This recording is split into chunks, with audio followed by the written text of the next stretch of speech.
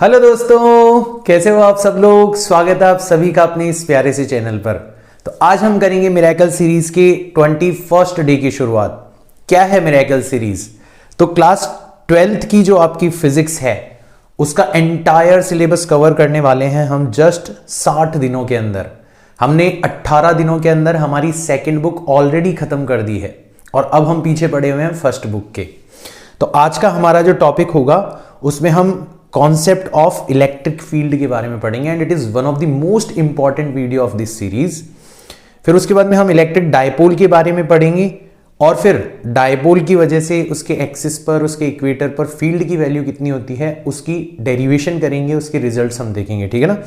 साथ ही साथ में एक आर्क की वजह से इलेक्ट्रिक फील्ड उसके सेंटर पर कितनी होनी चाहिए, एक रिंग की वजह से इलेक्ट्रिक फील्ड उसके एक्सिस पर कितनी होनी चाहिए, इन सारे के सारे रिजल्ट्स को हम डिराइव भी करेंगे और इनकी सबकी एप्लीकेशन भी देखेंगे। तो बहुत इंपॉर्टेंट होने वाला है आज का वीडियो बाय द वे आज, ठीक है। हमारा टारगेट क्या है इस सीरीज का? तो ये सीरीज कोई एग्जाम स्पेसिफिक सीरीज नहीं है। इसके अंदर हम बेसिकली फिजिक्स के फियर के ऊपर हमला कर रहे हैं। तो अगले 60 दिनों के अंदर मैं आपको ये एहसास दिला दूंगा कि फिजिक्स आसान है, फिजिक्स से डरने की कोई भी जरूरत नहीं है। और एक बार अगर आपका वो डर खत्म हो गया तो फिर आप बोर्ड्स भी फोड़ सकते हो, नीट भी फोड़ सकते हो, जेई मेंस का एग्जाम भी फोड़ सकते हो। तो इस सीरीज को आपको किस पर्पस के लिए यूज करना है वो आप डिसाइड करो। मेरा काम है फिजिक्स के प्रति आपका जो डर है उसको दूर करना। शुरुआत करते हैं आज के वीडियो की, ठीक है ना। तो सबसे पहले हम जानेंगे कि why do we need the concept of electric field. हमने दो चार्जेस के बीच में जो फोर्स लगने वाला है, कूलाम्ब फोर्स हमने जिसका नाम रखा है, ऑलरेडी हमारे पास में उसका फॉर्मूला है। तो हम उससे खुश क्यों नहीं है? हमें ये फील्ड नाम की एक्स्ट्रा चीज की रिक्वायरमेंट क्यों पड़ी? तो देखो, अगर कोई कहे आपको कि मेरे ऊपर आपको धक्का लगाना है ना, तो क्या आप बिना टच करें मेरे ऊपर धक्का लगा सकते हो? आप बोलोगे सर नहीं लगा सकते, पॉसिबल नहीं है। बट एक चार्ज एक दूसरे चार्ज को जो कि उससे डिस्टेंस पर है अफेक्ट कर सकता है, उसके ऊपर फोर्स लगा सकता है, उसके ऊपर धक्का लगा सकता है।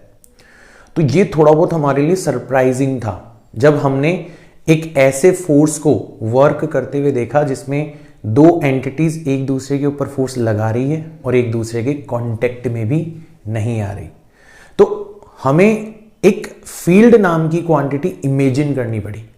हमें इमेजिन करना पड़ा कि हर चार्ज की वजह से एक फील्ड नाम की क्वांटिटी जो है वो हर जगह ऑलरेडी एग्जिस्ट करती है।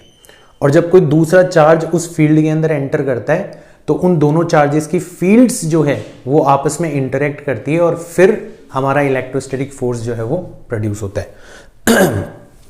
एक और फंडामेंटल जो प्रॉब्लम थी वो इस फील्ड के कॉन्सेप्ट से दूर हो गई। क्या थी वो फंडामेंटल प्रॉब्लम? तो उसके लिए मैं एक एग्जांपल लेता हूं।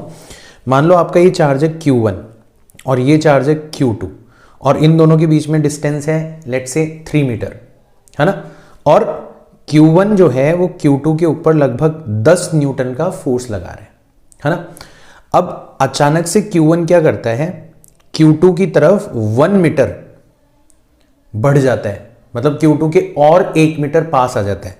तो अब Q1 और Q2 के बीच की डिस्टेंस कितनी हो गई? 2 मीटर हो गई। हमें कूलाम्ब फोर्स से पता है कि फोर्स डिस्टेंस के स्क्वायर के इनवर्सली प्रोपोर्शनल होता है। तो अगर डिस्टेंस कम होगी तो फोर्स बढ़ जाना चाहिए। तो फोर्स बढ़ के कितना हो जाएगा? 13 न्यूटन हो जाएगा। अब आप बोलोगे सर इसमें तो कोई सरप्राइजिंग चीज नहीं देखी, ये तो हमें भी पता है ऐसा होना चाहिए।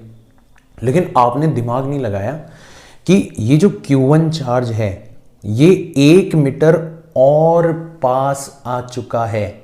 ये इंफॉर्मेशन Q2 तक आखिर में पहुंची कैसे? दोनों आपस में कांटेक्ट में नहीं है, कोई और तरीका भी नहीं है इनके पास में एक दूसरे से कम्युनिकेट करने का।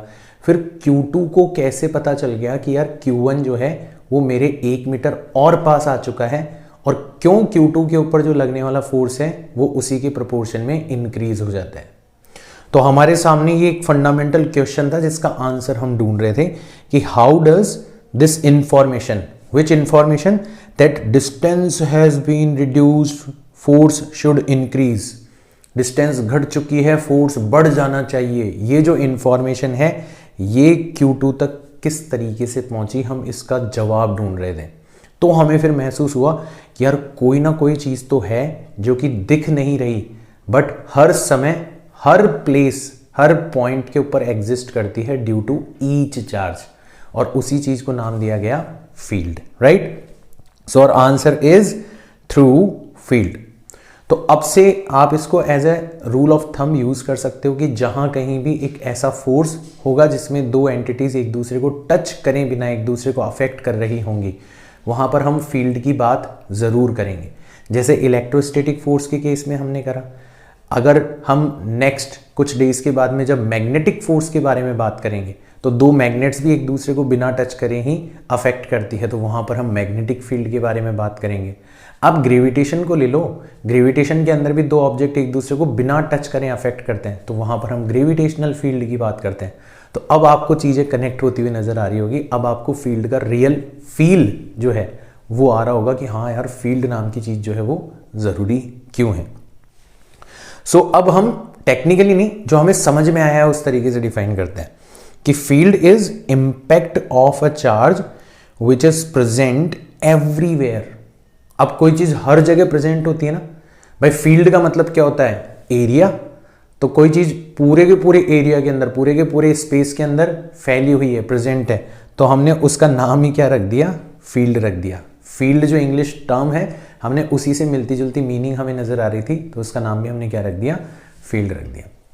इसको मैं एक बहुत, मेरा एग्जाम्पल फेमस है, मैं इसको यूं भी समझाता हूं कि जैसे कोई एरिया है और हर एरिया का कोई ना कोई भाई होता है, गुंडा, और उस गुंडे का उस एरिया के अंदर खौफ जो है वो प्रेजेंट होता है, हर टाइम प्रेजेंट होता है, हर प्लेस पर प्रेजेंट होता है।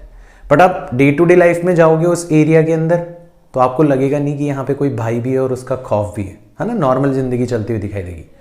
लेकिन अगर आप भी किसी दूसरे एरिया के गुंडे हो और फिर आप उस भाई के एरिया के अंदर जाओगे तो तुरंत आपको रेजिस्टेंस फील होगा।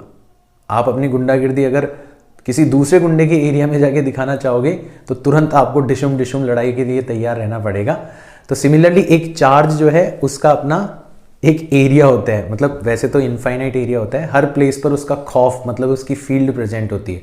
और जब कोई दूसरा चार्ज यानी कि दूसरा गुंडा उसकी फील्ड के अंदर यानी कि उसके एरिया के अंदर एंटर करता है तो फिर दोनों में हो जाता है डिशुम डिशुम, यानी कि दोनों एक दूसरे के ऊपर फोर्स लगाने लगते हैं। तो ऐसे एक एनालॉजी है, आप इसको यूज करके इसको समझ सकते हो, ठीक है ना।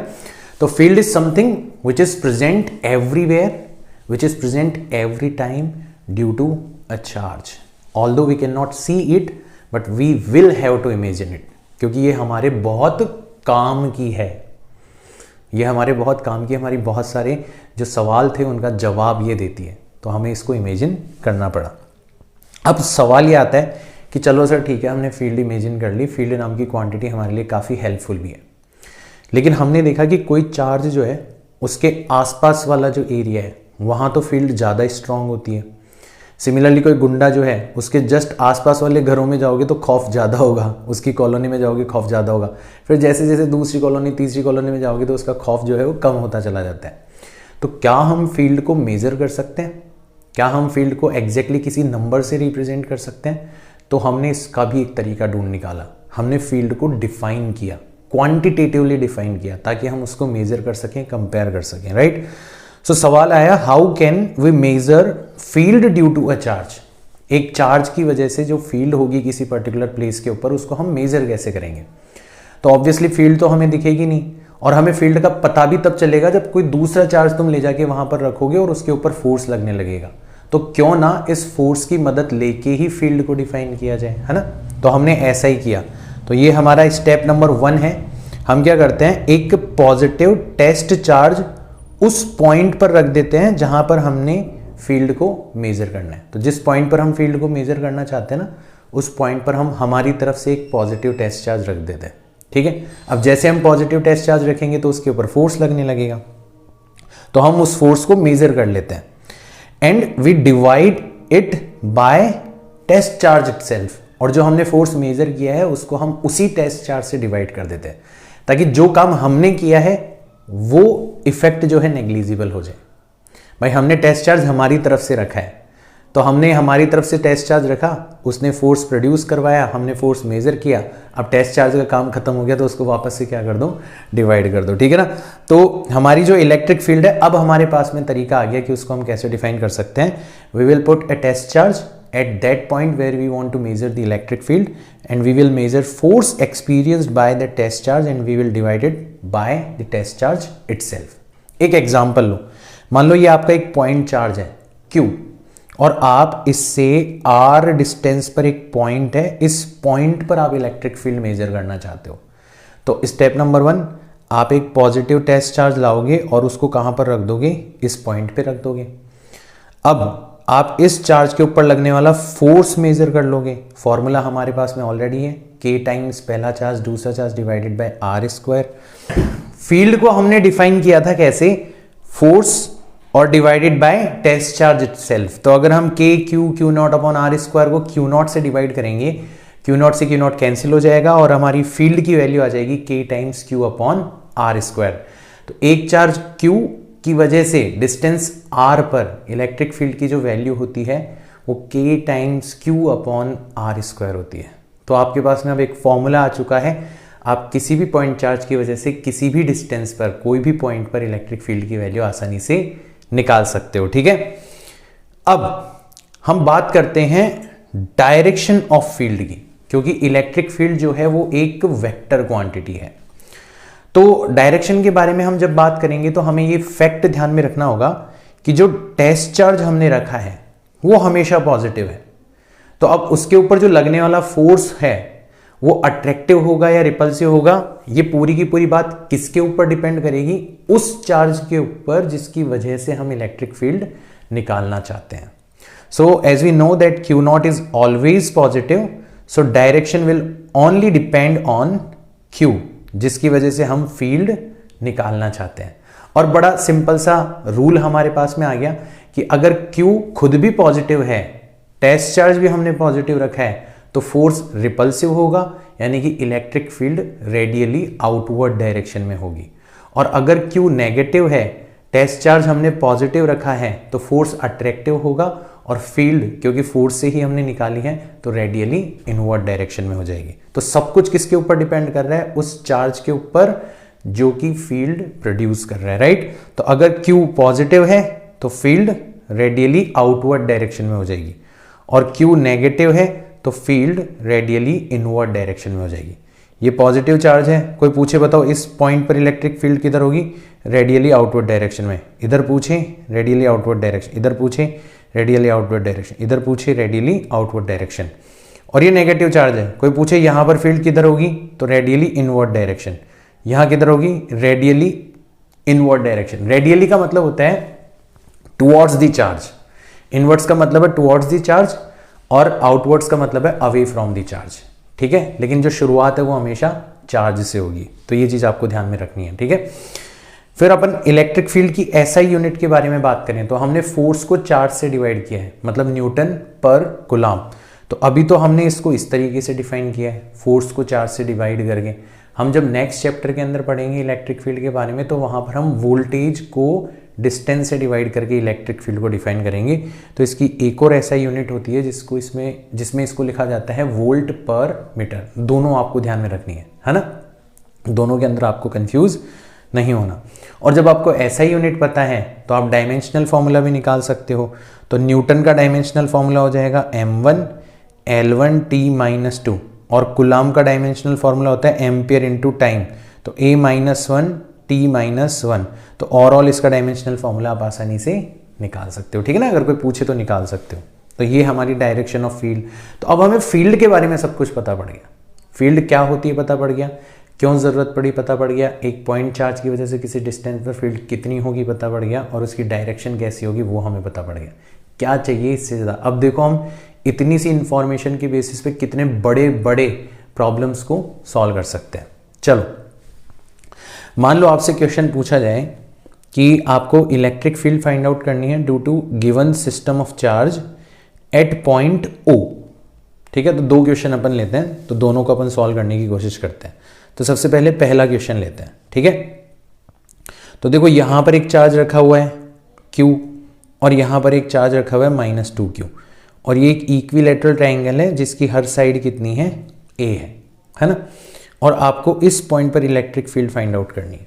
तो मैंने आपको बताया था कि किसी भी चार्ज की वजह से किसी पॉइंट पर इलेक्ट्रिक फील्ड की डायरेक्शन कैसे होती है। तो अगर आपका चार्ज पॉजिटिव है, तो जैसे ये वाला जो चार्ज है वो पॉजिटिव है, तो इसकी वजह से electric field radially outward direction में होगी। तो हमने फील्ड को रेडियली आउटवर्ड डायरेक्शन में बना दिया। और क्योंकि ये वाला चार्ज नेगेटिव है, तो इसकी वजह से फील्ड जो होगी वो रेडियली इनवर्ड डायरेक्शन में होगी। तो हमने फील्ड को रेडियली इनवर्ड डायरेक्शन में बना दिया। ये वाला चार्ज केवल Q है तो फील्ड कम होगी, ये वाला चार्ज ट्वाइस ऑफ Q है मैग्नीट्यूड के अंदर, तो फील्ड ज़्यादा होगी। तो ओवरऑल हमारी फील्ड जो होगी वो इन दोनों के वेक्टर सम के इक्वल होगी। तो पहले तो दोनों वेक्टर्स निकाल लें। तो इस वेक्टर का मैग्नीट्यूड हो जाएगा k times Q upon distance square, that is a square, और इसकी वैल्यू हो जाएगी k times 2Q upon a square. देखो हमें माइनस लगाने की जरूरत नहीं है क्योंकि डायरेक्शन हम ऑलरेडी शो कर रहे हैं डायग्राम के अंदर, है ना। और इन दोनों के बीच का एंगल हमें पता है, ये वाला एंगल होता है 60 डिग्री, तो ये वाला एंगल कितना हो जाएगा, 120 डिग्री हो जाएगा। तो हमें दो वेक्टर्स पता पड़ गए, उनके बीच का एंगल पता पड़ गया। तो हमारी जो रिजल्टेंट इलेक्ट्रिक फील्ड होगी वो हम आसानी से फाइंड आउट कर सकते हैं कितनी होगी।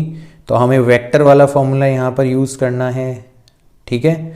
तो पहले वाले वेक्टर का square that is KQ upon a square whole square, दूसरे वाले वेक्टर का square that is 2KQ upon a square whole square plus twice of पहला vector KQ upon a square, दूसरा vector 2KQ upon a square times cos of angle between them, तो cos 120 degree. तो इसका whole root हमें करना है। अब देखो इसको सॉल्व करना बड़ा आसान है। सबसे पहले तो KQ अपॉन a स्क्वायर जो है ना, उसका होल स्क्वायर कॉमन है, तो उसको अपन रूट से बाहर निकाल लेते हैं। तो हमारी इलेक्ट्रिक फील्ड हो जाएगी KQ अपॉन a स्क्वायर, ये रूट से बाहर आ जाएगा। अब रूट के अंदर कौन बचेगा, इधर बचेगा 1, इधर 2KQ अपॉन a स्क्वायर में से अपनों ने KQ अपॉन a स्क्वायर का होल स्क्वायर बाहर निकाल लिया, तो 2 का स्क्वायर मतलब 4 अभी भी बच जाएगा। और यहाँ पे भी आप नोटिस करोगे तो 4 times KQ upon a square का होल स्क्वायर होगा। तो यहाँ से भी हमने KQ अपॉन a स्क्वायर बाहर निकाल लिया उसका होल स्क्वायर, तो यहाँ पर भी कितना बचेगा, 4 बचेगा। एंड cos 120 की वैल्यू होती है -1/2, कितनी होती है, -1/2। तो अब तो हमारे लिए सॉल्व करना आसान हो गया। KQ upon a square over root of 1 plus 4, 2 से 4 कैंसिल आउट हो जाएगा, बचेगा -2। तो 4 में से 2 गए तो 2 बचेंगे, एंड 2 + 1 करोगे तो 3 बचेंगे, तो ये हो जाएगा √3KQ divided by a square. ये हमारा आंसर आ जाएगा।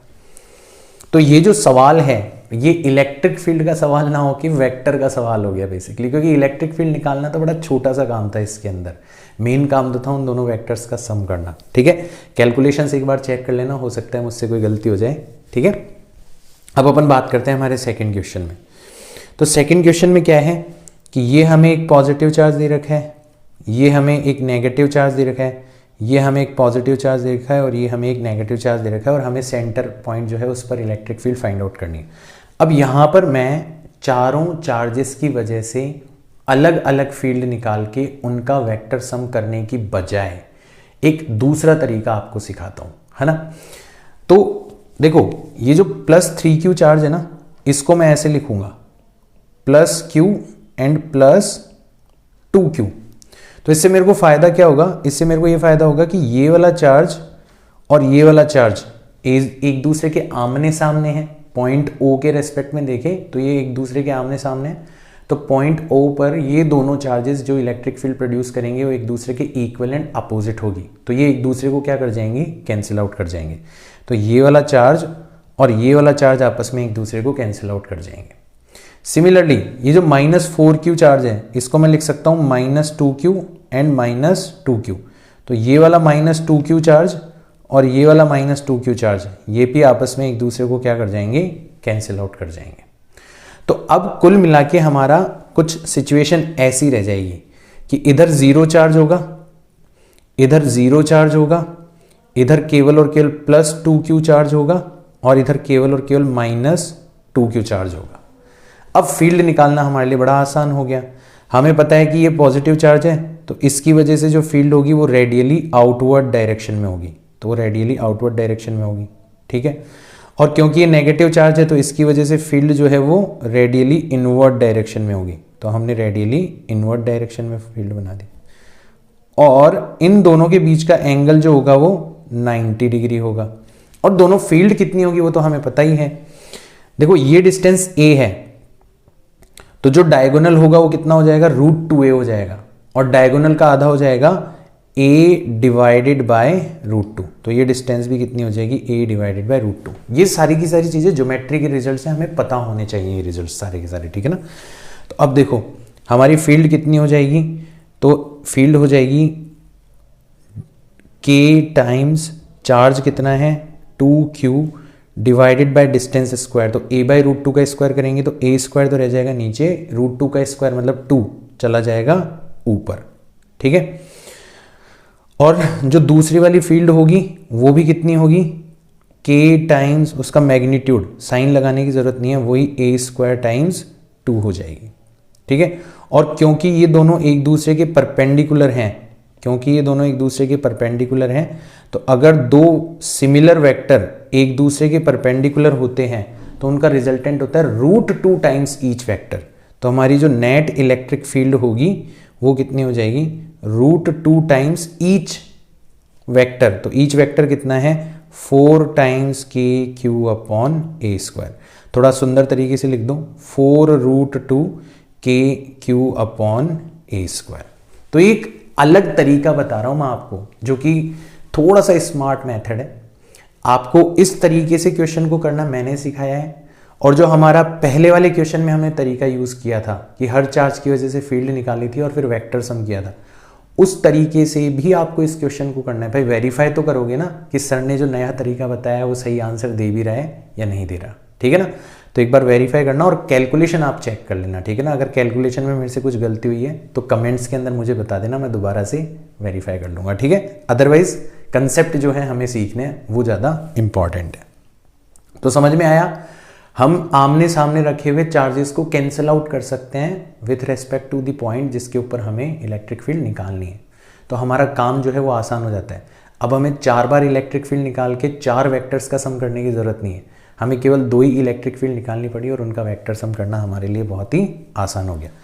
क्योंकि ये दोनों वेक्टर सिमिलर हैं तो इनकी जो रिजल्टेंट फील्ड होगी वो इस पर्टिकुलर डायरेक्शन में होगी, ये होगी हमारी नेट इलेक्ट्रिक फील्ड, ठीक है। तो अगर कोई डायरेक्शन पूछे तो वो भी आप आसानी से बता सकते हो, ठीक है। तो ऐसे क्वेश्चन बहुत बार पूछे गए हैं, बोर्ड में भी पूछे जाते हैं, कॉम्पिटिटिव एग्जाम में भी पूछे जाते हैं, और आपके लिए अब ये क्वेश्चन जो है वो हलवा क्वेश्चन हो जाने चाहिए, बिल्कुल, ठीक है। नेक्स्ट देखते हैं, find electric field due to given system of charges at point O again, ठीक है। तो देखो ये वाला क्वेश्चन हम हमारी उसी अप्रोच से करेंगे, आमने सामने वाले चार्जेस को अपन क्या करेंगे, कैंसिल आउट करने की कोशिश करेंगे। तो इधर है -2q और ये -3q है, इसको हम लिखेंगे -2q एंड -q। तो ये -2q और -2q आपस में क्या हो जाएंगे, कैंसिल आउट हो जाएंगे। फिर इधर है हमारा +q और इधर है +2q, तो इसको हम लिखेंगे +q, तो एक +q इस +q से क्या हो जाएगा, कैंसिल आउट हो जाएगा, तो केवल और केवल +q रहेगा। और रही बात इसकी, ये -q है, ये +q है, वैसे तो आप कैंसिल आउट कर सकते हो चाहो तो, अदरवाइज करने की जरूरत नहीं है। अब इसको तो अपन सॉल्व कर ही सकते हैं। तो अब हमारे 6 चार्ज नहीं रहे, केवल और केवल कितने चार्जेस रहे हैं हमारे, केवल और केवल 4 चार्जेस रहे हैं, ठीक है। केवल और केवल इधर रहा है -q, इधर रहा है -q, इधर रहा है +q, इधर रहा है +q, यहाँ पे 0 हो गया, यहाँ पे 0 हो गया। जो पॉजिटिव चार्ज है उनकी वजह से electric field radially outward direction में होगी, तो इसकी वजह से इलेक्ट्रिक फील्ड इधर होगी, इस वाले की वजह से इलेक्ट्रिक फील्ड इस पर्टिकुलर डायरेक्शन में होगी, ठीक है। और जो नेगेटिव चार्जेस हैं उनकी वजह से electric field radially inward direction में होगी, तो इसकी वजह से इधर होगी और इसकी वजह से इस पर्टिकुलर डायरेक्शन में होगी। अच्छा, सारे के सारे चार्जेस Q हैं, है ना, जो बच गए जो Q हैं, तो सबकी इलेक्ट्रिक फील्ड सेम होगी। और ध्यान रखना, ये जो अपना हेक्सागन बनता है ना, इसमें अगर एक साइड A है तो ये वाली डिस्टेंस भी कितनी होती है, A होती है। तो इस इलेक्ट्रिक फील्ड की वैल्यू हो जाएगी K times Q upon A square. इसकी वैल्यू हो जाएगी 2kq/a², और इसकी हो जाएगी kq/a², और इन तीनों का वेक्टर सम करना है। तो अभी एक बार बीच वाला छोड़ देते हैं, पहले इसका और इसका वेक्टर सम करते हैं। तो दो सिमिलर वेक्टर अगर एक दूसरे से 120 डिग्री पर होते हैं, दो सिमिलर वेक्टर, ये वेक्टर a है, ये भी वेक्टर a है, अगर ये दोनों एक दूसरे से 120 डिग्री पर होते हैं तो इनका रिजल्टेंट भी कितना होता है, a होता है। आप खुद वेरीफाई कर सकते हो, फॉर्मूला आपके पास में, पहले वेक्टर का स्क्वायर दूसरे वेक्टर का स्क्वायर प्लस ट्वाइस ऑफ पहला वेक्टर दूसरा vector times cos of angle between them. तो उसमें एंगल 120 और दोनों वेक्टर्स को सेम रख के देखो, आपका रिजल्टेंट भी सेम आ जाएगा, है ना। तो ये डायरेक्ट अपन यूज कर सकते हैं। तो kq/a², ऊपर और नीचे वाले जो दोनों हैं उनके बीच का एंगल 120 है, तो उनका रिजल्टेंट भी कितना आ जाएगा, kq/a², और किधर आएगा वो, इस पर्टिकुलर डायरेक्शन में आएगा, kq/a²। तो अब हमारी टोटल फील्ड जो होगी वो कितनी हो जाएगी, इन दोनों को हम क्या कर देंगे, ऐड कर देंगे। तो हमारी जो नेट इलेक्ट्रिक फील्ड होगी वो हो जाएगी थ्राइस ऑफ kq/a²।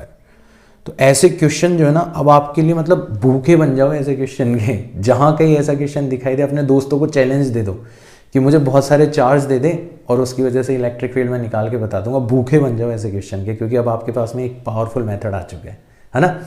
और कोई नेट डायरेक्शन पूछे तो वो भी हमने बता दी यहाँ पर।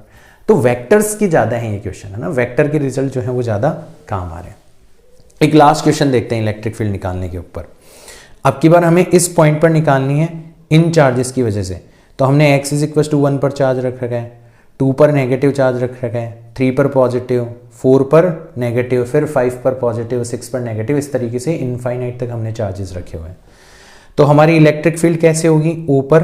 तो हमारी नेट इलेक्ट्रिक फील्ड जब हम निकालेंगे तो पॉजिटिव चार्ज की वजह से जो इलेक्ट्रिक फील्ड आएगी वो नेगेटिव x डायरेक्शन में आएगी, और नेगेटिव चार्ज की वजह से जो इलेक्ट्रिक फील्ड होगी वो पॉजिटिव x डायरेक्शन में आएगी।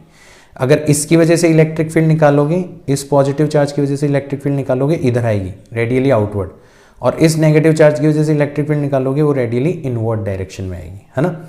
तो हमें क्या करना है, एक चार्ज की वजह से फील्ड नेगेटिव, एक की वजह से पॉजिटिव, एक की वजह से नेगेटिव, एक की वजह से पॉजिटिव, इस तरीके से लिखनी है। हमने एक्स डायरेक्शन को पॉजिटिव माना है, ठीक है।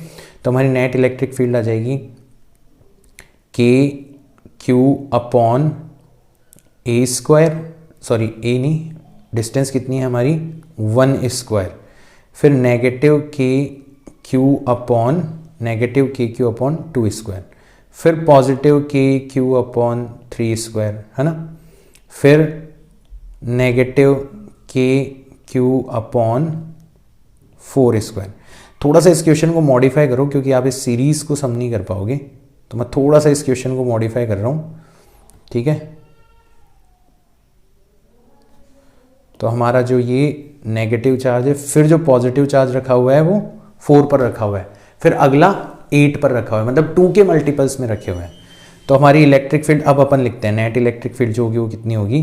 तो नेट इलेक्ट्रिक फील्ड होगी आपकी, पहले वाले चार्ज की वजह से हो जाएगी kq/1², दूसरे की वजह से हो जाएगी नेगेटिव kq/2², फिर तीसरे वाले की वजह से हो जाएगी पॉजिटिव kq/4², ठीक है। एंड इस तरीके से हमारा ये सीरीज जो है वो चलता रहेगा। तो अब इसमें से kq कॉमन आ जाएगा, और अंदर केवल और केवल बचेगा 1 - 1/4, है ना, प्लस 1/16, और फिर 1/8 का स्क्वायर नेगेटिव होगा, तो 8 का स्क्वायर हो जाएगा 64, एंड इसी तरीके से ये आपकी जो सीरीज है वो चलती रहेगी। अब आप नोटिस करोगे कि ये जो अंदर बन रही है ना सीरीज, ये एक ज्योमेट्रिक प्रोग्रेशन है।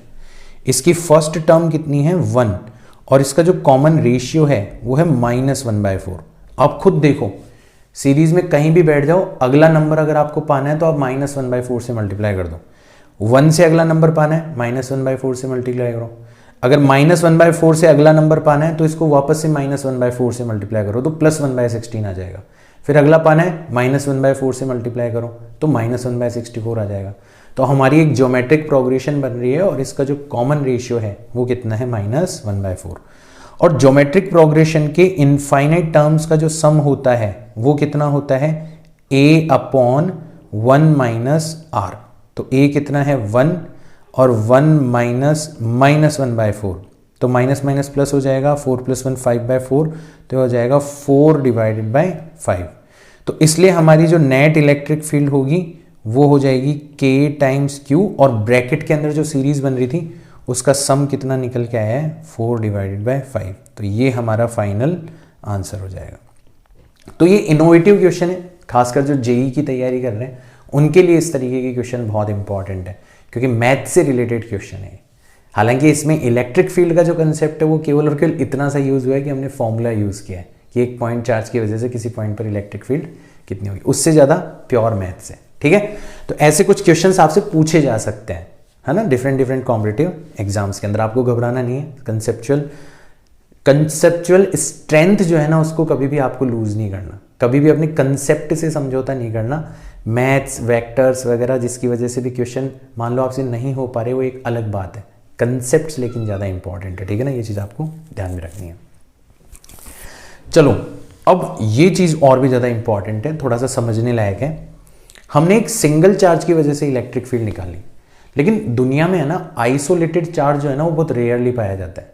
आपको कभी भी आइसोलेटेड चार्ज नहीं मिलेगा, आपको जो चार्ज्ड स्ट्रक्चर्स है वो हमेशा डायपोल की फॉर्म में मिलती है ना। क्योंकि मान लो कोई आइसोलेटेड पॉजिटिव चार्ज है, उसके पास जैसे ही कोई नेगेटिव चार्ज आएगा तुरंत वो दोनों एक दूसरे से चिपक के आयोनिक बॉन्ड बना लेंगे, एक मॉलिक्यूल बना लेंगे। तो बहुत ज़्यादा चांसेस हैं कि नेचर के अंदर चार्जेस जो हैं वो आइसोलेटेड फॉर्म में ना पाए जाके डायपोल की फॉर्म में पाए जाते हो। तो हम क्यों आइसोलेटेड चार्ज की वजह से इलेक्ट्रिक फील्ड वगैरह निकाल रहे हैं? हमें तो डायपोल की वजह से निकालनी चाहिए, क्योंकि डे टू डे लाइफ में तो ये चार्जेस जो हैं वो डायपोल की फॉर्म में पाए जाते हैं, है ना। तो सबसे पहले तो डायपोल को डिफाइन करते हैं कि what is a dipole. So a system of two charges which is equal and opposite to each other kept at very small distance is called dipole. ये जो आखिरी वाली लाइन बोली है ना, ज़्यादा इंपॉर्टेंट है कि उन दोनों के बीच की जो डिस्टेंस है वो बहुत स्मॉल होनी चाहिए। और इसका कारण आपको पता है कि हम मॉलिक्यूल्स की बात कर रहे हैं कि एक सोडियम आयन जो है वो एक क्लोरीन आयन से मिलके एक NaCl मॉलिक्यूल बना लेता है। अब Na और Cl के बीच में डिस्टेंस कितनी होगी? बहुत छोटी होगी ना यार, दो एटम्स के बीच की डिस्टेंस तो बहुत कम होती है। इसी तरीके से H+ और Cl- आयन जो है ये दोनों भी मिलके क्या बना रहे हैं? एक डायपोल बना रहे हैं। इसके ऊपर पॉजिटिव E चार्ज है, इसके ऊपर नेगेटिव E चार्ज है, इक्वल एंड अपोजिट चार्जेस है, दोनों के बीच में डिस्टेंस भी बहुत कम है, परफेक्ट कैंडिडेट फॉर डायपोल। इसके ऊपर भी पॉजिटिव E चार्ज है, इसके ऊपर नेगेटिव E चार्ज है, perfect candidate for dipole, right. तो ये सिस्टम तो कहलाता है डायपोल। अब डायपोल के अंदर दो चीजें इन्वॉल्व है, एक तो चार्ज और एक उनके बीच की डिस्टेंस। तो हमने दोनों को मिला के एक नई क्वांटिटी बनाई। तो जब भी हम डायपोल के बारे में बात करेंगे तो हम उस क्वांटिटी के द्वारा डायपोल को एड्रेस करेंगे। हम इंडिविजुअल चार्ज नहीं बताएंगे, हम दोनों के बीच की डिस्टेंस नहीं बताएंगे, हम इस नई क्वांटिटी की टर्म्स में बात करेंगे किसी डायपोल के लिए जब भी बात करेंगे तब, ठीक है ना। तो उसको हम कहते हैं डायपोल मोमेंट, है ना। So it is defined as the product of charge, कोई सा भी एक चार्ज ले लेना, मैग्नीट्यूड लेना होता है चार्ज का, एंड डिस्टेंस बिटवीन चार्जेस। तो चार्ज को दोनों के बीच की जो डिस्टेंस है उससे मल्टीप्लाई कर दो, जो क्वांटिटी मिलेगी वो डायपोल मोमेंट कहलाएगा।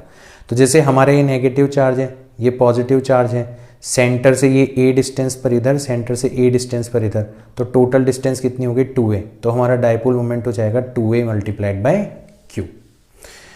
एक बहुत इंपॉर्टेंट चीज, डायपोल मोमेंट जो होता है वो एक वेक्टर क्वांटिटी होता है, ध्यान रखना। और इसकी जो डायरेक्शन होती है वो हमेशा नेगेटिव से पॉजिटिव चार्ज की तरफ होती है।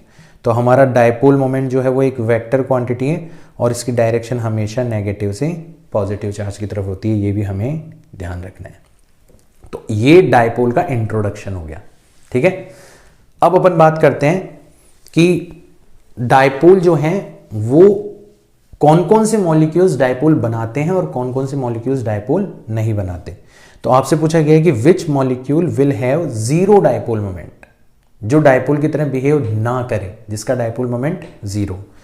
तो हमें पता है कि HCl तो क्लियरली एक डायपोल होता है, NaCl जो होता है वो भी क्लियरली एक डायपोल होता है ना, एक पॉजिटिव चार्ज एक नेगेटिव चार्ज है।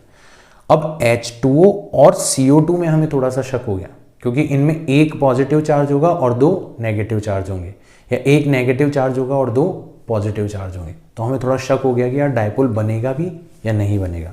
तो हम फिर इनकी इंटरनल स्ट्रक्चर देखेंगे।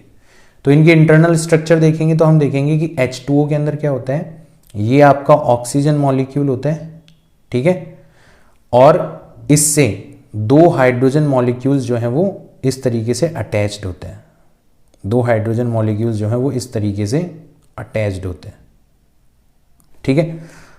और इन दोनों के बीच का जो एंगल है, ठीक है, वो कितना होता है, तो ये इस तरीके से अटैच्ड होते हैं, ठीक है। तो एक हाइड्रोजन छोटा बन गया, उसको इग्नोर कर देना, ठीक है ना। अब होगा क्या कि ये नेगेटिव चार्ज का सेंटर होगा, जो ऑक्सीजन मॉलिक्यूल है वो नेगेटिव चार्ज का सेंटर होगा और दोनों हाइड्रोजन स्लाइटली पॉजिटिव चार्ज होंगे। तो आप देखोगे कि यहां पे एक नहीं, यहां पर दो डायपोल बन रहे हैं। इसका जो नेट डायपोल मोमेंट है वो नेगेटिव से पॉजिटिव इधर की तरफ आ रहा है और इसका जो नेट डायपोल मोमेंट है वो नेगेटिव से पॉजिटिव इधर की तरफ आ रहा है। और हमें H2O के स्ट्रक्चर से पता है कि इन दोनों के बीच में लगभग जो एंगल होता है वो 104 या 108 डिग्रीज होता है, मतलब 180 डिग्री नहीं होता, इतना मुझे पता है, ठीक है ना।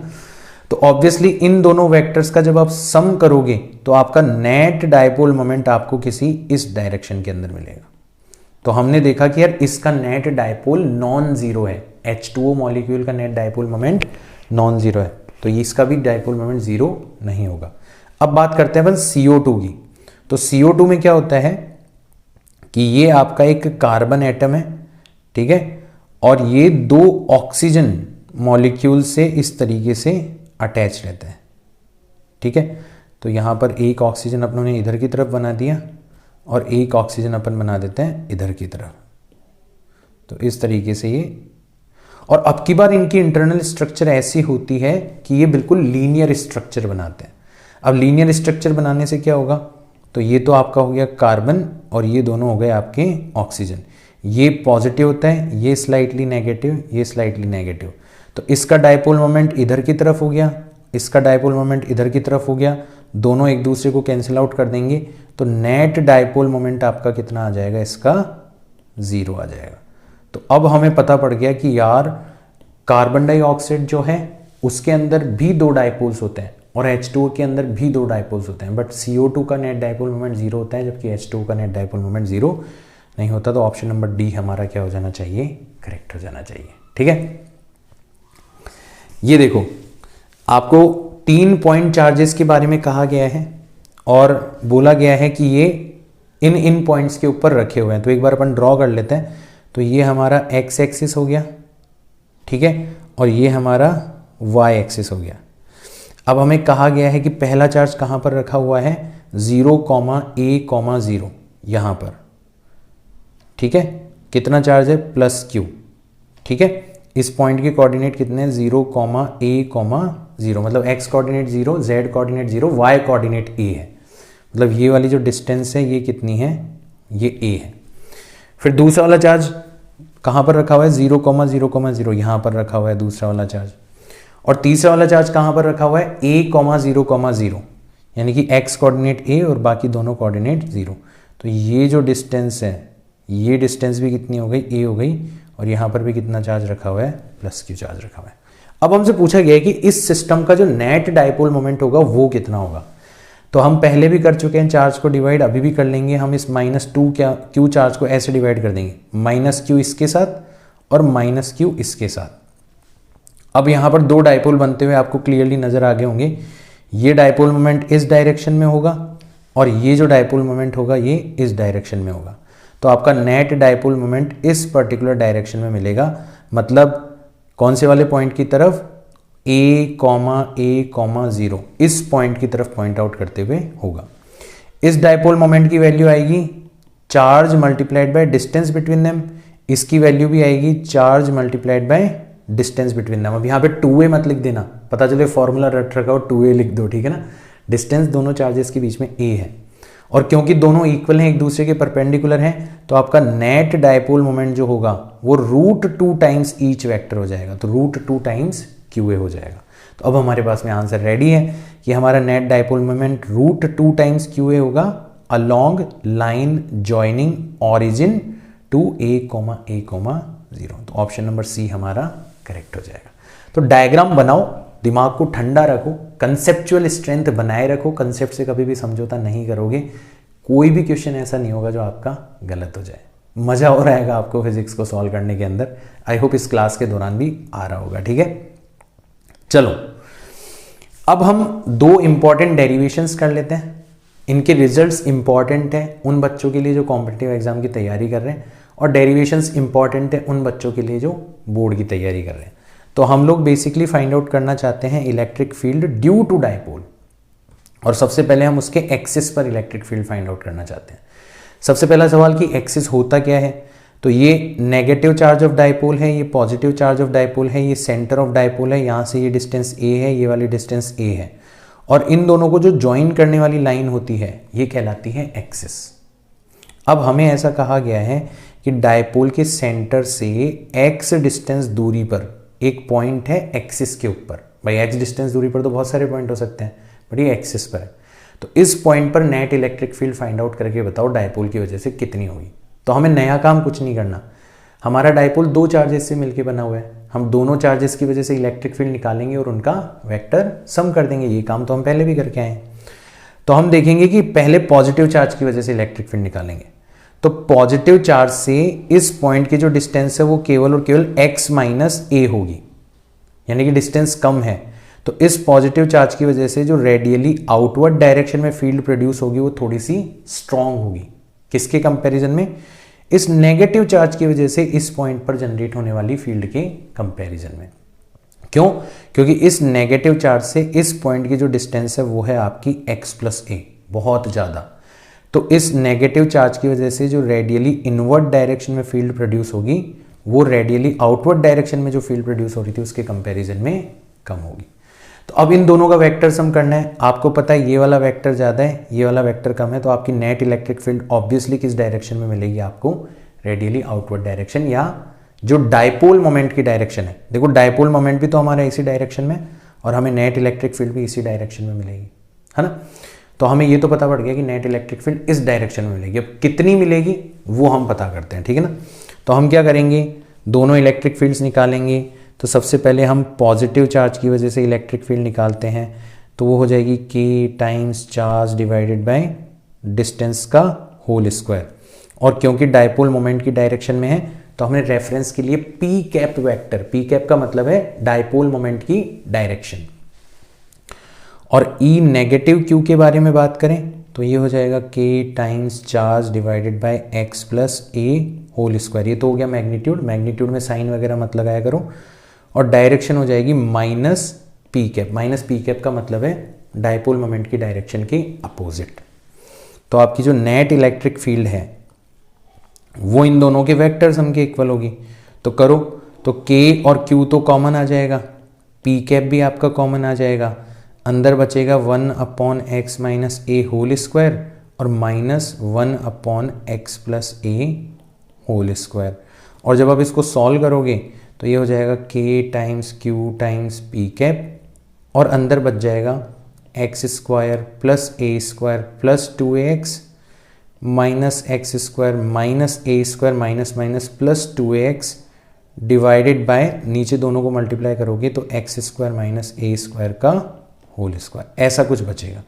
एक्स स्क्वायर से एक्स स्क्वायर गया, ए स्क्वायर से ए स्क्वायर चला गया, और 2ax और 2x ऐड हो जाएंगे। तो ये हो जाएगा k times q times P cap times 2 times 2ax divided by x square minus a square whole square.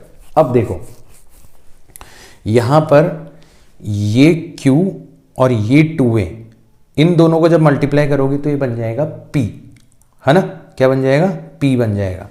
तो हमारा फंडा कुछ इस तरीके से आ जाएगा, ठीक है। तो ये हो जाएगा 2 हमने आगे लिख दिया, q और 2a मिलके बन के p हो गए, टाइम्स पी कैप ऑलरेडी रखा हुआ है, times x divided by x square minus a square का होल स्क्वायर। अब हमने बोला था कि डायपोल के दोनों चार्जेस की बीच की डिस्टेंस जो है वो बहुत कम होती है। तो हमारा जो a है ये क्या है? नेग्लिजिबल है। a जो है वो क्या है? नेग्लिजिबल है। तो आप a को नेग्लेक्ट कर दो तो इलेक्ट्रिक फील्ड की वैल्यू निकल के आएगी आपकी 2k P मतलब डायपोल मोमेंट का मैग्नीट्यूड, P कैप मतलब डायपोल मोमेंट की डायरेक्शन। तो मैग्नीट्यूड को डायरेक्शन से मल्टीप्लाई कर दोगे तो आपका ओवरऑल क्या बन जाएगा, vector times x divided by, आपने ए स्क्वायर को नेग्लेक्ट कर दिया तो x की पावर 4, तो ये आ जाएगा ट्वाइस ऑफ के P divided by x cube. एक बहुत ही रिमार्केबल चीज जो आपको यहाँ पर ध्यान रखनी है वो ये है कि जो magnitude of electric field due to dipole है, it is not inversely proportional to the square of the distance, जैसा कि पॉइंट चार्ज की वजह से था। पॉइंट चार्ज की वजह से किसी पॉइंट पर इलेक्ट्रिक फील्ड डिस्टेंस के स्क्वायर के इनवर्सली प्रोपोर्शनल थी, बट डायपोल की वजह से किसी पॉइंट पर इलेक्ट्रिक फील्ड जो होती है वो डिस्टेंस के क्यूब के इनवर्सली प्रोपोर्शनल होती है। इट इज वेरी इंपॉर्टेंट, ये आपको ध्यान में रखना है, ठीक है। डेरिवेशन वगैरह तो आप कर लोगे, एक और बार देख लेना, अगर आपको दिक्कत लगे कि भाई सर ने तेज तेज करवाई तो दोबारा देख लेना, लेकिन मजेदार है, आपको समझ में आ गई होगी 100%, मेरे को ऐसा लगता है, ठीक है। अब इसी तरीके से अपन बात करें कि एक डायपोल के इक्वेटर पर इलेक्ट्रिक फील्ड कितनी होगी, तो ये हमारा डायपोल का नेगेटिव चार्ज है, ये पॉजिटिव चार्ज है, ये सेंटर है, सेंटर से ये डिस्टेंस ए, ये डिस्टेंस ए, तो टोटल डिस्टेंस 2a है। ये हमारा पॉइंट है जो कि इक्वेटर पर रखा हुआ है। इक्वेटर का मतलब है एक्सिस को परपेंडिकुलरली बाइसेक्ट करने वाली लाइन, सेंटर से गुजरने वाली और एक्सिस की परपेंडिकुलर लाइन। तो सेंटर से x डिस्टेंस पर हमने एक पॉइंट लिया है ऑन इक्वेटर, और वहां पर हम इलेक्ट्रिक फील्ड फाइंड आउट करना चाहते हैं।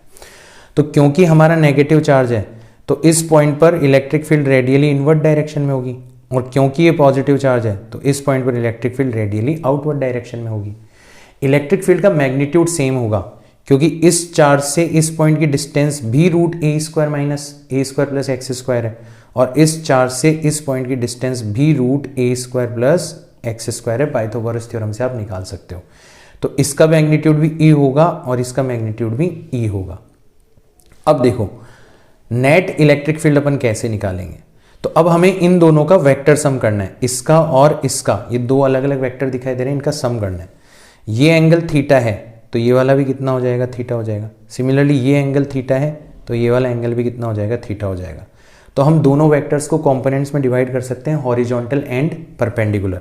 तो हॉरिजॉन्टल कंपोनेंट तो हो जाएंगे ई कॉस थीटा, और दूसरे वाले का भी ई कॉस थीटा, और परपेंडिकुलर कंपोनेंट एक का ऊपर होगा ई साइन थीटा और एक का नीचे होगा ई साइन थीटा। क्योंकि परपेंडिकुलर वर्टिकल कंपोनेंट जो है वो एक दूसरे के इक्वल एंड अपोजिट है, तो वो एक दूसरे को कर देंगे कैंसिल आउट। तो हमें दो चीजें पता चल गई। पहली चीज तो हमें ये पता चल गई कि नेट इलेक्ट्रिक फील्ड जो होगी, नेट इलेक्ट्रिक फील्ड जो होगी वो कितनी होगी, twice of electric field due to each charge times cos theta. और डायपोल मोमेंट के देखो, डायपोल मोमेंट होता है नेगेटिव से पॉजिटिव डायरेक्शन के अंदर, है ना, उसके जस्ट अपोजिट डायरेक्शन में। तो अगर वेक्टर फॉर्म में लिखेंगे तो हमें माइनस पी कैप से इसको क्या करना पड़ेगा, मल्टीप्लाई करना पड़ेगा, तो डायरेक्ट वेक्टर फॉर्म में आ जाएगा हमारा आंसर।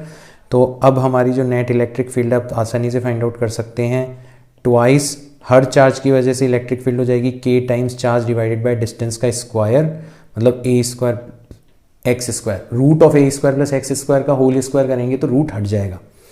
और cos theta base is a and hypotenuse is root a square plus x square. तो ओवरऑल रिजल्ट आएगा के टाइम्स 2aq, ठीक है, और माइनस पी कैप है ही ऑलरेडी, ठीक है ना, मैं माइनस पी कैप लगाना भूल गया, टाइम्स माइनस पी कैप, ठीक है, times minus P cap divided by A square plus x square की पावर 3/2, भाई हाफ और 1, टोटल पावर कितनी हो जाएगी 3/2।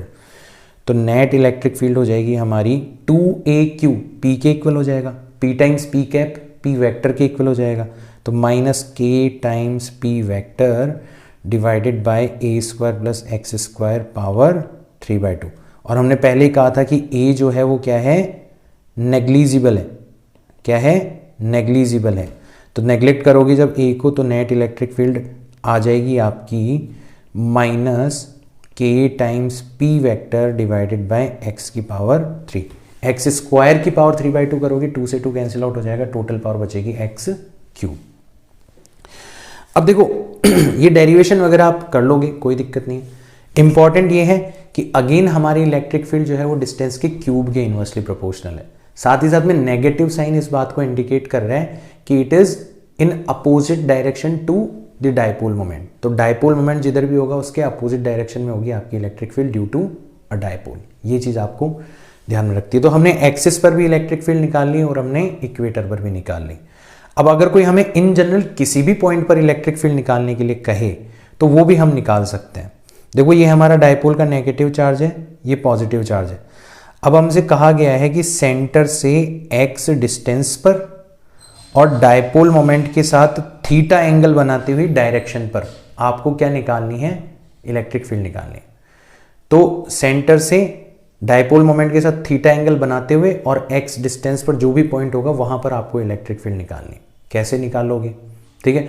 तो एक तरीका तो ये है कि दोनों चार्जेस की वजह से अलग अलग इलेक्ट्रिक फील्ड निकालो, उनका वेक्टर सम करो, बट वो बहुत ही कॉम्प्लिकेटेड हो जाएगा। उसकी बजाय अपन दूसरा तरीका निकालते हैं। तो हम क्या करेंगे, हमारा जो डायपोल मोमेंट है ना P, हम उसको दो कंपोनेंट्स में डिवाइड कर लेंगे। एक हमारे इस डायरेक्शन के अंदर जो कंपोनेंट होगा तो थीटा वाला कंपोनेंट कितना हो जाएगा P cos थीटा, और एक इस डायरेक्शन के परपेंडिकुलर डायरेक्शन में जो कंपोनेंट होगा और ये हो जाएगा आपका P sin थीटा। अब नोटिस करना है, यहां पर ध्यान देना, ये जो P cos थीटा है बेसिकली हमारा जो पॉइंट है एक तरीके से इसी की डायरेक्शन में। अब सोचो कौन सी लाइन डायपोल मोमेंट की डायरेक्शन में हुआ करती थी, एक्सियल लाइन। तो एक तरीके से इस P cos theta dipole moment के लिए ये वाला जो पॉइंट है ये एक्सियल पॉइंट है। तो इसकी वजह से जो इलेक्ट्रिक फील्ड होगी वो एक्सिस की ही डायरेक्शन में होगी और उसकी वैल्यू हो जाएगी twice of k times dipole moment that is P cos theta divided by distance का cube that is x cube, है ना। सिमिलरली ये वाला जो डायपोल मोमेंट है इसके लिए ये वाली लाइन एक तरीके से इक्वेटर की तरह काम कर रही है, डायपोल मोमेंट के परपेंडिकुलर डायरेक्शन में जा रहा है। तो इसकी वजह से जो इलेक्ट्रिक फील्ड होगी वो डायपोल मोमेंट के अपोजिट डायरेक्शन में होगी और उसकी वैल्यू हो जाएगी k times dipole moment that is P sin theta divided by distance cube. तो अब की बार हमारी जो नेट इलेक्ट्रिक फील्ड होगी ना इस पॉइंट पर वो बेसिकली इसके और इसके वेक्टर सम के इक्वल होगी और वो हम बड़ी आसानी से निकाल सकते हैं। दोनों के बीच में एंगल 90 है, तो जब दो वेक्टर्स एक दूसरे से 90 डिग्री पर होते हैं तो उनका रिजल्टेंट वेक्टर कैसे निकालते हैं, रूट ऑफ पहले वेक्टर का स्क्वायर प्लस दूसरे वेक्टर का स्क्वायर। तो हमारी रिजल्टेंट इलेक्ट्रिक फील्ड आ जाएगी रूट ऑफ पहले वाले वेक्टर का स्क्वायर यानी कि 2kp cos theta upon x cube इसका होल स्क्वायर प्लस दूसरे वाले वेक्टर का स्क्वायर यानी कि kp sin theta upon x cube इसका होल स्क्वायर। अब देखो इसमें से k बाहर आ जाएगा, p बाहर आ जाएगा, x क्यूब बाहर आ जाएगा और रूट के अंदर रह जाएगा 4 cos square theta plus sine square theta. 4 cos square theta को अपन लिख देते हैं 3 cos square theta plus cos square theta और एक साइन स्क्वायर थीटा ऑलरेडी रखा हुआ ही है और हमें पता है कि sine square theta plus cos square theta कितना होता है, 1 होता है। तो हमारा फाइनल रिजल्ट आ जाएगा kp upon x cube root of 3 cos square theta plus 1। तो ये हमारी नेट इलेक्ट्रिक फील्ड हो जाएगी kp upon x cube root of 1 plus 3 cos square theta. अब हम वेरीफाई कर सकते हैं, अगर हम एक्सिस की बात करें तो अगर ये वाला पॉइंट एक्सिस पर होता, ठीक है, अगर ये वाला पॉइंट घूमते घूमते घूमते एक्सिस पर ही आ जाता, यही होता, तो हमारा थीटा कितना हो जाता, 0 हो जाता। तो थीटा 0 रख के देखो यहाँ पर, तो थीटा की वैल्यू जैसे ही 0 रखेंगे या फिर 180 डिग्री भी रख लो या फिर 180 डिग्री भी रख लो तो आपकी नेट इलेक्ट्रिक फील्ड निकल के आती kp upon x cube root 1 plus 3 cos square 0, cos square 0 या cos स्क्वायर 180, वैल्यू 1 या -1 होगी, स्क्वायर करोगे तो 1 हो जाएगा। तो 1 प्लस 3 4 उसका रूट करोगे तो twice of kp upon x cube आ जाएगा। तो आप देखोगे कि हाँ यार ये तो मैच कर रहा है हमारे रिजल्ट से, यानी कि हमने सही फॉर्मूला निकाला है। और अगर आप इक्वेटर की बात करोगे तो इक्वेटर पर थीटा आपको कितना रखेगा, 90 डिग्री, cos 90 की वैल्यू 0 होती है तो अपने आप ही नेट इलेक्ट्रिक फील्ड आ जाएगी kp upon x cube root 1 plus 0 that is kp upon x cube. अभी अपन मैग्नीट्यूड की बात कर रहे हैं, है ना। तो आप बोलोगे हाँ यार इक्वेटर पर तो वाकई मैग्नीट्यूड कितना होता है, kp/x³ होता है। तो अगर आप डायपोल के रेस्पेक्ट में सेम डिस्टेंस पर जाओ एक्सिस पर और सेम डिस्टेंस पर जाओ इक्वेटर पर, तो एक्सिस पर इलेक्ट्रिक फील्ड डबल होती है इन कंपैरिजन विद इक्वेटर। ये तो खैर आपको फॉर्मूले से भी दिखाई दे गया होगा, है ना, यहाँ तक तो कोई दिक्कत नहीं होनी चाहिए। तो ये एक बहुत इंपॉर्टेंट डिस्कशन था जो कि हमने यहाँ पर कंप्लीट किया है। हमने डायपोल की वजह से अलग अलग अलग पॉइंट्स के ऊपर इलेक्ट्रिक फील्ड निकालना सीख लिया। ठीक है, अब हम बात करते हैं हमारे अगले पॉइंट के बारे में, and this is very much important with respect to competitive exams. तो इसमें हमें एक आर्क दे रखा है और इस आर्क के ऊपर हमें लीनियर चार्ज डेंसिटी दी हुई है, लीनियर चार्ज डेंसिटी दी हुई है। लीनियर चार्ज डेंसिटी का मतलब होता है चार्ज पर यूनिट लेंथ। अब हमारा चार्ज मान लो छोटा सा एलिमेंट लें तो dq और लेंथ हो गई हमारी dl, और नॉर्मली लीनियर चार्ज डेंसिटी को लिखा जाता है लैम्डा। तो हमारा जो छोटा सा चार्ज होगा ना इस वायर के ऊपर वो हो जाएगा लैम्डा इंटू dl। इसको हम यूज करेंगे। तो अब हमें इस आर्क की वजह से इसके सेंटर पर जो अल्फा एंगल बना रहा है ना ये आर्क, इसके सेंटर पर इलेक्ट्रिक फील्ड फाइंड आउट करनी है। कैसे करेंगे? तो हम सबसे पहले इसको दो हिस्सों में, दो इक्विवेलेंट हिस्सों में डिवाइड करेंगे। फिर यहां से थीटा एंगल पर, यहां से ये थीटा एंगल पर एक बहुत छोटा सा सेगमेंट कंसीडर करेंगे। ये इतना छोटा है कि ये वाला जो एंगल है ये कितना है आपका डी थीटा एंगल है। इतना छोटा है कि इसकी लेंथ कितनी है dl। इतना छोटा है कि इसका चार्ज कितना है dq, जो कि किसके इक्वल हो जाएगा लैम्डा इंटू dl के इक्वल हो जाएगा। ये इतना छोटा है कि इसको आप पॉइंट चार्ज मान सकते हो, और इसकी वजह से जो इलेक्ट्रिक फील्ड होगी वो रेडियली आउटवर्ड डायरेक्शन में होगी इस तरीके से, है ना। अब इसके दो कंपोनेंट ले सकते हो, एक हॉरिजॉन्टल कंपोनेंट होगा और एक वर्टिकल कंपोनेंट होगा। आपने ये वाला एंगल थीटा माना है तो ये वाला एंगल भी थीटा हो जाएगा। तो अगर ये इलेक्ट्रिक फील्ड DE है तो ये वाली इलेक्ट्रिक फील्ड हो जाएगी DE cos थीटा, और ये वाली इलेक्ट्रिक फील्ड हो जाएगी DE sin थीटा। अब आप जैसा एलिमेंट आपने यहां पर लिया है एग्जैक्टली वैसा का वैसा एलिमेंट थीटा एंगल नीचे जाने पर यहां पर भी ले सकते थे, है ना। इसकी वजह से इलेक्ट्रिक फील्ड इधर होती, इसके भी दो कंपोनेंट होते, एक हॉरिजॉन्टल और एक वर्टिकल। वर्टिकल कंपोनेंट एक दूसरे के इक्वल एंड अपोजिट होने की वजह से एक दूसरे को कैंसिल आउट कर देते। तो इस पेयर की वजह से हमारी जो इलेक्ट्रिक फील्ड है वो इस डायरेक्शन में आती, और हर एलिमेंट का जो कंट्रीब्यूशन होता वो कितना होता DE cos थीटा होता। तो हमें दो चीजें पता चल गई। पहली चीज तो हमें ये पता चल गई कि net electric field, net electric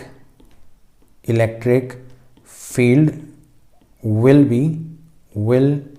be along the bisector of arc, and contribution of each element would be DE cos theta. तो मान लो हमें नेट इलेक्ट्रिक फील्ड निकालनी है, तो हमें इस DE cos थीटा का ही क्या करना पड़ेगा, इंटीग्रेशन करना पड़ेगा। तो हमें इस DE cos थीटा का ही क्या करना पड़ेगा, इंटीग्रेशन करना पड़ेगा। ठीक है, अब हमने देखा था कि dq को लिखा जा सकता है लैम्डा dl, और dl को लिखा जा सकता है लैम्डा इंटू इसकी रेडियस टाइम्स d थीटा। तो lambda into r into D theta ये dq की जगह लिखा जा सकता है। तो हमारा DE जो होगा वो कितना हो जाएगा, k times charge divided by distance square, तो डिस्टेंस तो r स्क्वायर ही है, टाइम्स cos थीटा। और जब आप इसको रखोगे वैल्यूज dq की रखोगे तो देखो k बाहर आ जाएगा, dq की जगह आप रखोगे lambda into r into D theta. तो लैम्डा इंटू r भी बाहर आ जाएगा, नीचे से r स्क्वायर भी बाहर आ जाएगा, और केवल अंदर इंटीग्रेशन की रह जाएगा cos थीटा डी थीटा। कितना रह जाएगा, cos थीटा डी थीटा। अब आपका थीटा जो है वो नेगेटिव डायरेक्शन में भी α/2 तक जा सकता है और पॉजिटिव डायरेक्शन में भी α/2 तक जा सकता है। तो ये नेगेटिव डायरेक्शन में alpha by two and positive direction में अल्फा बाई टू तक जा सकता है। तो अब हमारी नेट इलेक्ट्रिक फील्ड आएगी, देखो आर से आर स्क्वायर कट जाएगा तो k lambda upon r, cos theta का इंटीग्रेशन होता है साइन थीटा, और नीचे माइनस एल्फा बाई टू और ऊपर प्लस एल्फा बाई टू। तो जब आप लिमिट्स रखोगे तो बनेगा sine alpha by two minus of sine minus alpha by two, minus minus plus हो जाएंगे तो ultimately twice of sine alpha by two बचेगा। तो हमारा फाइनल रिजल्ट आएगा twice of k lambda upon r times sine alpha by two. अब इस formula को आप चाहो तो as a result direct use कर सकते हो कि एक आर्क की वजह से उसके सेंटर पर जो इलेक्ट्रिक फील्ड होती है वो twice of k lambda upon r times sine alpha by two होता है। यहाँ पर आर रेडियस है, लेमडा लीनियर चार्ज डेंसिटी है और एल्फा जो है वो एंगल है जो कि आर्क के द्वारा सेंटर पर बनाया जा रहा है। Derivation is not at all important, ठीक है, बट ये अप्रोच इंपॉर्टेंट है कि कई बार हमें चार्जेस के सेगमेंट लेके हर सेगमेंट की वजह से इलेक्ट्रिक फील्ड निकाल के नेट इलेक्ट्रिक फील्ड निकालनी पड़ती है। So that is very important है ना, वो हमें ध्यान रखना है। कुछ क्वेश्चंस आपसे पूछे जा सकते हैं, जैसे मान लो हमारा एल्फा जो है वो 90 डिग्री होगा तो हमारी इलेक्ट्रिक फील्ड बाइसेक्टर, ध्यान रखना इधर की तरफ होगी इलेक्ट्रिक फील्ड, और उसकी वैल्यू हो जाएगी 2k lambda upon r sine 90 degree divided by 2, मतलब साइन 45 डिग्री मतलब 1/√2, तो 2k lambda upon r times 1/√2। तो लिख सकते हो आप इसको k lambda upon r times √2, इस तरीके से आप इसको लिख सकते हो, ठीक है ना। अगर सेमी सर्कल की बात करी जाए तो इलेक्ट्रिक फील्ड बाइसेक्टर के अलोंग होगी, एल्फा कितना हो जाएगा आपकी बार आपका 180 डिग्री हो जाएगा, तो इलेक्ट्रिक फील्ड हो जाएगी 2k lambda upon r sine 180 degree divided by 2, मतलब साइन 90, साइन 90 की वैल्यू 1 होती है, तो simply 2k lambda upon r हमारा रिजल्ट आ जाएगा। और रही बात पूरे के पूरे सर्कल की, मतलब एल्फा हो गया हमारा 360 डिग्री, तो इलेक्ट्रिक फील्ड हो जाएगी 2k lambda upon r sine 360 degree divided by 2, यानी कि 2k lambda upon r sine 180 degree, और साइन 180 डिग्री की वैल्यू कितनी होती है 0, तो हमारी नेट इलेक्ट्रिक फील्ड इसकी वजह से कितनी होगी 0 होगी, ध्यान रखना। और इसको आप ऐसे भी समझ सकते हो कि हर तरफ से एलिमेंट जो है वो अपनी अपनी इलेक्ट्रिक फील्ड प्रोड्यूस कर रहे हैं, हर एलिमेंट के सामने कोई ना कोई एलिमेंट है जो कि आपस में एक दूसरे को कैंसिल आउट कर देंगे, इसलिए आपकी नेट इलेक्ट्रिक फील्ड कितनी आ जाएगी 0 आ जाएगी। तो इट इज़ वेल अंडरस्टूड, इसमें कुछ ज़्यादा दिमाग लगाने की ज़रूरत नहीं है। तो ये एक इंपॉर्टेंट फॉर्मूला आपके पास में आ चुका है, ठीक है। अब हमारे वीडियो का लास्ट टॉपिक, अब हम क्या करेंगे, अभी तक तो हमने रिंग के सेंटर पर या आर्क की वजह से सेंटर पर इलेक्ट्रिक फील्ड निकाली है। अब हम थोड़ा सा आगे जाएंगे, हम उस सर्कुलर रिंग जो चार्ज रिंग है उसके एक्सिस के किसी पॉइंट के ऊपर, किसी डिस्टेंट पॉइंट के ऊपर इलेक्ट्रिक फील्ड फाइंड आउट करने की कोशिश करेंगे। सो दिस इज और चार्ज्ड रिंग, तो इसका चार्ज आपको टोटल चार्ज भी दिया जा सकता है या चार्ज डेंसिटी भी दी जा सकती है, और दोनों को आप आपस में कन्वर्ट कर सकते हो। टोटल चार्ज होगा वो हो जाएगा charge density multiplied by total length, यानी कि 2πr। तो आप लैम्डा को क्यू में और क्यू को लैम्डा में कन्वर्ट कर सकते हो, तो फॉर्मूला किसी एक की फॉर्म में याद रख लेना, दूसरे की फॉर्म में आप कन्वर्ट कर सकते हो। तो आपको ये इसका सेंटर है, ये इसका एक्सिस है, एक्सिस पर x डिस्टेंस पर कोई पॉइंट है, उस पॉइंट पर आपको इलेक्ट्रिक फील्ड फाइंड आउट करनी है। तो अप्रोच हमारी सेम रहेगी, हम ऊपर एक एलिमेंट लेंगे, नीचे एक एलिमेंट लेंगे, इस एलिमेंट की वजह से electric field radially outward direction में होगी और इस एलिमेंट की वजह से electric field radially outward direction में होगी। ये एंगल अगर थीटा है तो ये वाला एंगल भी थीटा होगा, सिमिलरली ये एंगल थीटा है तो ये वाला एंगल भी थीटा होगा। तो इसके दो कंपोनेंट होंगे, एक हॉरिजॉन्टल और एक वर्टिकली डाउनवर्ड। सिमिलरली इसके भी दो कंपोनेंट होंगे, एक हॉरिजॉन्टल और एक वर्टिकली अपवर्ड। तो वर्टिकली अपवर्ड और वर्टिकली डाउनवर्ड कंपोनेंट एक दूसरे के इक्वल एंड अपोजिट होने की वजह से एक दूसरे को कैंसिल आउट कर देंगे। तो नेट इलेक्ट्रिक फील्ड होगी वो हॉरिजॉन्टल डायरेक्शन में होगी twice of E cos theta, या आप यूं कह सकते हो कि हर एलिमेंट का जो कॉन्ट्रीब्यूशन होगा नेट इलेक्ट्रिक फील्ड में वो ई कॉस थीटा होगा। तो हमें ये पता पड़ गया कि contribution of each element in net electric field will be E cos theta. हमने पहले भी किया था ये काम, यहां पर भी कर रहे हैं। ई का मतलब हो जाएगा हर एलिमेंट की वजह से इलेक्ट्रिक फील्ड, यानी कि k टाइम्स एलिमेंट का चार्ज dq और ये डिस्टेंस r है, ये डिस्टेंस x है, तो ये डिस्टेंस कितनी हो जाएगी, root r square plus x square हो जाएगी। तो इसका होल स्क्वायर करना है, तो इसका होल स्क्वायर करेंगे तो कितना आ जाएगा, r square plus x square आ जाएगा times cos theta. In fact cos theta की जगह भी अपन रख देते हैं, तो कॉस थीटा हो जाएगा बेस डिवाइडेड बाय हाइपोटेनस। ठीक है, तो हमारी ओवरऑल फील्ड आ जाएगी k times x upon r square plus x square की पावर 3/2। पावर 1 पहले से थी और कॉस थीटा की जगह आपने x upon root r square plus x square रखा, तो आधी पावर यहाँ से आ गई, है ना। और dq की जगह आपने फिलहाल के लिए dq रहने दो, क्योंकि इंटीग्रेशन में डायरेक्ट ये हो जाएगा। अब आप देखोगे कि इस पॉइंट के रेस्पेक्ट में आप एलिमेंट यहाँ लो, यहाँ लो, यहाँ लो, यहाँ लो, यहाँ लो, यहाँ लो, यहाँ लो, यहाँ लो, x भी चेंज होने वाला नहीं है, रेडियस भी चेंज होने वाली नहीं है ना। तो ये सब चीजें कांस्टेंट है, केवल और केवल आपका एलिमेंटल जो चार्ज लिया है वो वेरिएबल होगा। ठीक है ना। तो नेट इलेक्ट्रिक फील्ड निकालनी है तो आपको इंटीग्रेशन करना होगा हर एलिमेंट की इलेक्ट्रिक फील्ड का। ये सब चीजें कांस्टेंट होने की वजह से इंटीग्रेशन से बाहर आ जाएगी, केवल और केवल इंटीग्रेशन होगा dq का, और dq का इंटीग्रेशन हो जाएगा हमारी रिंग का नेट चार्ज, जो कि कितना है, कैपिटल Q। तो ये हमारा फाइनल फॉर्मूला आ जाएगा कि एक रिंग जिसका नेट चार्ज Q है, उसके एक्सिस पर x डिस्टेंस पर जो इलेक्ट्रिक फील्ड की वैल्यू होती है वो होती है k times charge times distance divided by radius square plus distance square की पावर होल 3/2।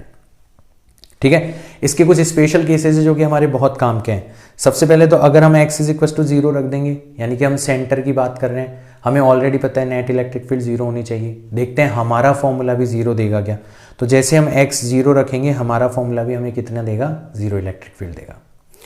अगर हम बहुत डिस्टेंट पॉइंट्स की बात करें, मतलब x की वैल्यू r की कंपैरिजन में बहुत बहुत बहुत बहुत ज़्यादा हो, मतलब आप r स्क्वायर को नेग्लेक्ट कर सकते हो, तो केवल और केवल बचेगा एक्स स्क्वायर की पावर 3/2, 2 से 2 कैंसिल हो जाएगा, x cube, x upon x cube करोगे तो एक्स स्क्वायर, तो आपकी नेट इलेक्ट्रिक फील्ड आ जाएगी KQ अपॉन एक्स स्क्वायर। तो बहुत डिस्टेंट पॉइंट के लिए इवन आपकी रिंग जो है वो किसकी तरह बिहेव कर रही है, एक पॉइंट चार्ज की तरह बिहेव कर रही है। और ये ऑब्वियस भी तो है भाई, किसी रिंग को तुम पास से देखते हो तो रिंग नजर आती है, तुम बहुत दूर चले जाते हो तो फिर तुम्हें बस केवल एक वो पॉइंट नजर आता है। तो वही काम किया है हमने, बहुत डिस्टेंट पॉइंट के लिए इवन रिंग जो है वो किसकी तरह बिहेव करती है, पॉइंट चार्ज की तरह। उसकी वजह से जो इलेक्ट्रिक फील्ड होती है वो k times total charge divided by distance के स्क्वायर के इक्वल होता है। ठीक है, और अगर अपन बहुत पास वाले पॉइंट की बात करें, x is very very very smaller than r हो, तो अब की बार हम एक्स स्क्वायर को नेग्लेक्ट कर सकते हैं। अब की बार आर स्क्वायर की पावर 3/2 होगी, 2 से 2 कैंसिल हो जाएगा तो आर क्यूब बचेगा, तो नेट इलेक्ट्रिक फील्ड बचेगी KQ divided by r cube times x। ये बहुत काम आएगा हमारे, क्योंकि यहाँ पर इलेक्ट्रिक फील्ड जो है वो x के डायरेक्टली प्रोपोर्शनल है। मान लो आसपास हम कोई दूसरा चार्ज रखेंगे तो उसके ऊपर जो फोर्स लगेगा वो भी x के डायरेक्टली प्रोपोर्शनल होगा। x के डायरेक्टली प्रोपोर्शनल, इसका मतलब काइंड ऑफ रीस्टोरिंग फोर्स की आप बात कर रहे हो, यानी कि सिंपल हार्मोनिक मोशन हो सकती है, आपको टाइम पीरियड निकलने के क्वेश्चन दिए जा सकते हैं। तो हम इलेक्ट्रिक फील्ड की वजह से लगने वाले फोर्स के बारे में बात करेंगे नेक्स्ट टू नेक्स्ट क्लास के अंदर, वहां पर हम इस क्वेश्चन को कंसीडर करेंगे। आज हमने केवल और केवल इलेक्ट्रिक फील्ड के बारे में जाना है और इलेक्ट्रिक फील्ड निकालना जाना है। कल का जो वीडियो होगा उसमें हम इलेक्ट्रिक फील्ड निकालने का एक बहुत ही मस्त तरीका डिस्कस करेंगे, जिसको अपन बोलते हैं Gauss theorem. Very very important, किसी भी एग्जाम के रेस्पेक्ट में, बोर्ड के रेस्पेक्ट में बहुत इंपॉर्टेंट होने वाला है कल का वीडियो। तो आज का वीडियो भी पूरा देखो, पूरा देखा ही होगा आपने, तभी ये वाला सेक्शन देख रहे हो। और कल वाला वीडियो किसी भी कीमत पर मिस मत करना। कमेंट्स के अंदर बताओ सारे लोगों को कि आपको मिरेकल सीरीज़ कैसी लग रही है। मैं मिलता हूँ आपसे मिरेकल सीरीज़ के नेक्स्ट वीडियो के अंदर, तब तक के लिए शुभ रात्रि, बाय।